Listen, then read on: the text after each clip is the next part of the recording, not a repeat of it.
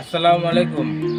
আমি বৃক্ষমেলা থেকে যখন এই আপেল গাছটা এনেছিলাম, অনেকে বলেছে যে এটা আপেল গাছ না, কিন্তু 2025 সালে আপনার এই গাছে ফুল আসলো।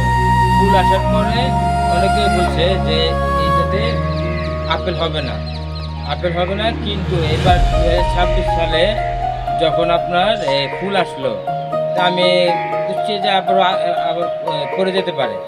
তা ধীরে ধীরে ধীরে ধীরে দেখি যে আপেলের আকৃতি নিতেছে, যে পুরুষ ফুল ছিল, পুরুষ ফুল থেকে এখন মহিলা ফুলও আপনার বের হয়েছে। এর জন্য আপনার এই আপেল হয়েছে। মাশাআল্লাহ, আমি আমি নিজে কল্পনা করতে পারি নাই যে এই গাছে আপেল হবে। আল্লাহ যদি কোনো কিছু দুনিয়ায় পাঠায় তাইলে হয়, আর নাহলে হয় না। ইনশাআল্লাহ আমি একটু কষ্ট করেছি, আর আল্লাহ অনেক অনেক অনেকগুলা ফল দিয়েছে। আমি অনেক খুশি যে আমার ছাদ বাগানে আপেল গাছ আছে।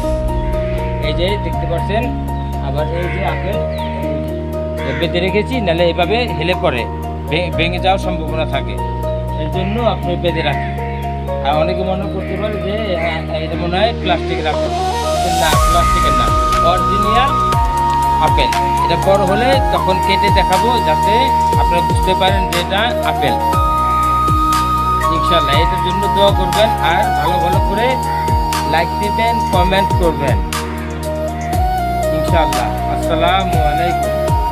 মাশাআল্লাহ, আপেল গাছে আপেল হয়েছে কল্পনার বাইরে। আমি নিজেও ভাবতে পারি নাই যে আপেলগুলো হবে। এই যে ছোট আপেলও আছে, ছোট ছোট আপেলও আছে। এখানে এদিকে আছে, মানে মোটামুটি আছে, সব ডালে দুটা একটা করে আছে।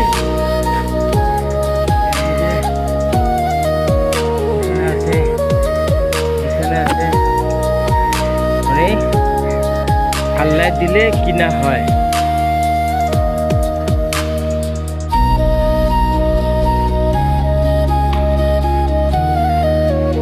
আর হচ্ছে গাছটা, এই আপেল গাছটা। অনেকে বলেছিল আপেল হবে না। আল্লাহর কুদরতি জিনিস আল্লাহই দেয়।